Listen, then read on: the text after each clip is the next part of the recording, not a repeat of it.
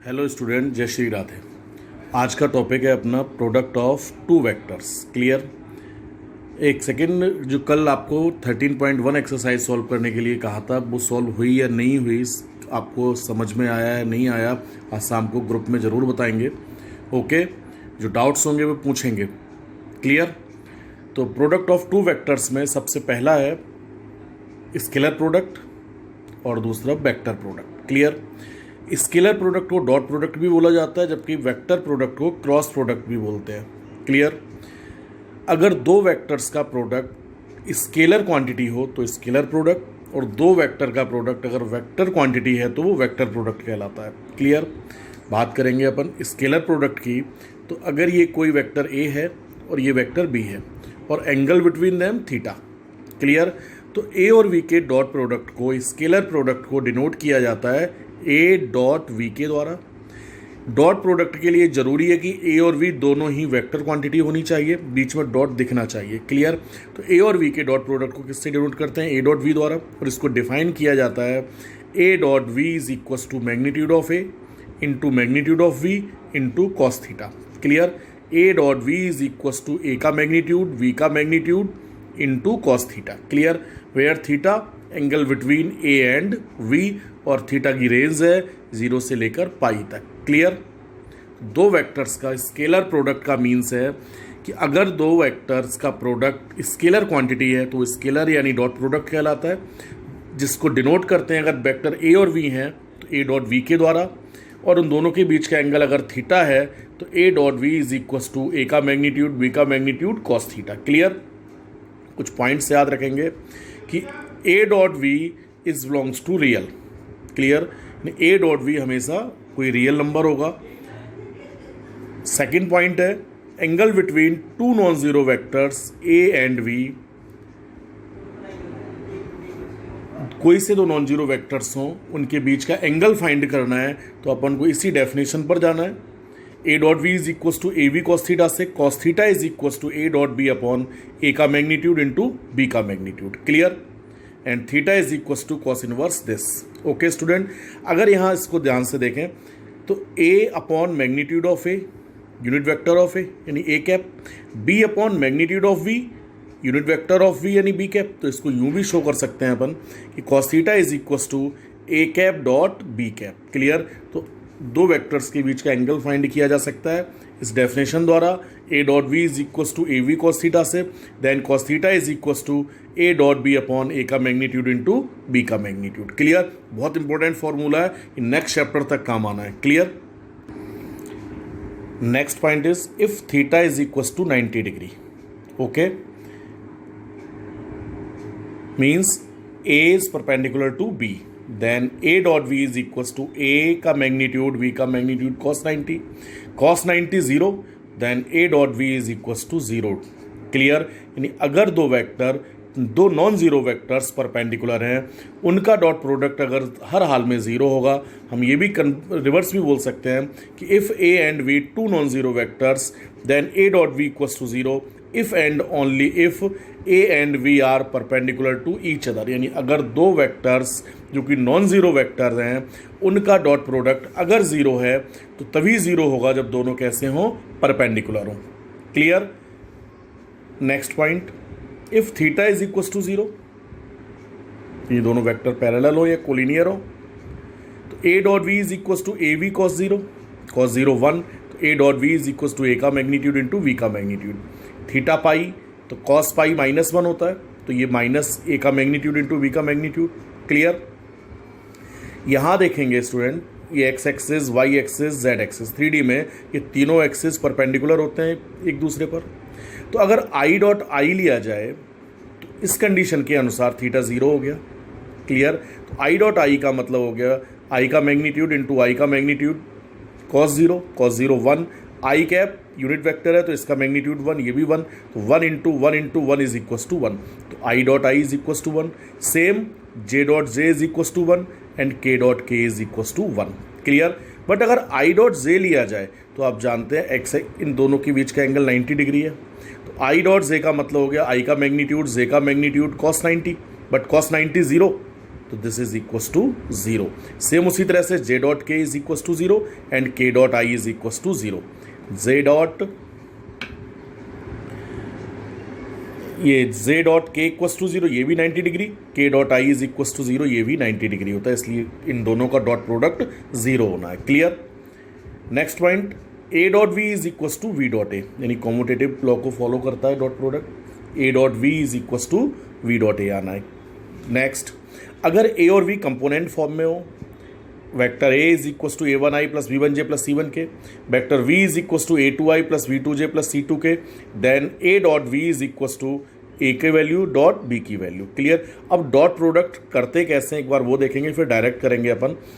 जैसे simple multiply करते हैं दो ब्रैकेट्स का, वो मल्टीप्लाई करना है।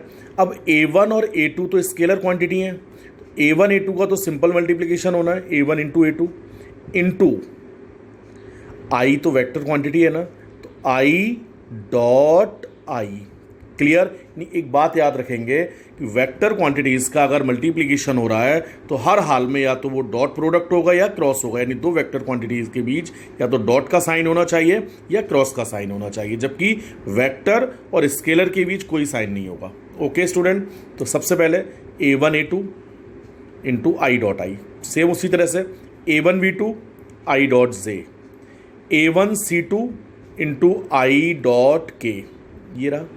उसी तरह से बी का b1 a2 okay J dot I. Clear.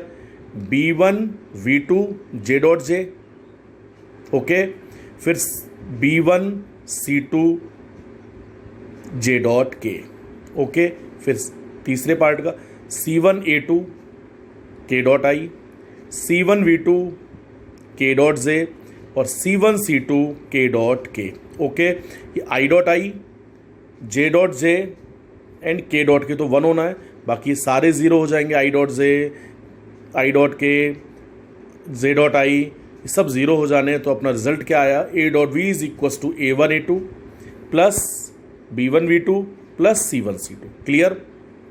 तो अगर कंपोनेंट फॉर्म में वेक्टर्स दिए हुए हैं तो डॉट प्रोडक्ट फाइंड करने के लिए अब ये पूरा नहीं शो करना अपन को, सिर्फ क्या करना है, आई का आई से डॉट करना है, जे का जे से करना है एंड के का के से करना है, क्योंकि बाकी सारे 0 होने हैं तो उसको शो करने की ज़रूरत नहीं है, सीधे सीधे लिख देना है अपन को। क्लियर। नेक्स्ट प्रॉपर्टी है ये ए डॉट बी प्लस सी, जबकि ए बी सी तीनों वेक्टर क्वांटिटीज़ हैं, इसको डिस्ट्रीब्यूटिव प्रॉपर्टी बोलते हैं। तो A dot B is equal to A dot C, काम आएगा आगे। नेक्स्ट प्रॉपर्टी है lambda scalar quantity, A and B vector quantity, तो lambda A dot B okay is equal to, इसको यूं शो किया जा सकता है, लैम्डा को अलग कर दिया स्केलर क्वांटिटी को, और ए डॉट बी या यूं भी शो कर सकते हैं A dot lambda B. Clear. Associative property है ये।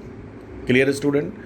Lambda A dot B is equal to lambda A dot B brackets में या A dot lambda B. Clear.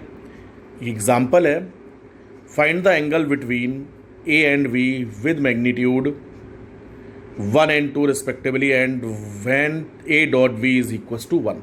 ए का मैग्नीट्यूड गिवन है, वी का मैग्नीट्यूड गिवन है, जबकि दोनों का डॉट प्रोडक्ट भी गिवन है, तो दोनों के बीच का एंगल अपन से पूछा जा रहा है। तो ए का मैग्नीट्यूड 1, बी का magnitude 2, A dot V 1, theta find करना है। क्लियर। तो डेफिनेशन का यूज़ करेंगे, A dot V is equal to A V cos theta, value put किया 1, ए का मैग्नीट्यूड 1, बी का 2 and cos theta, then cos theta is equal to 1/2, cos theta is equal to 1/2 बोले तो cos π/3, compare करेंगे तो theta is equal to π/3। Clear. Next example, find the angle between the vectors this and this. Clear. इन दोनों vectors के बीच का angle find करना है।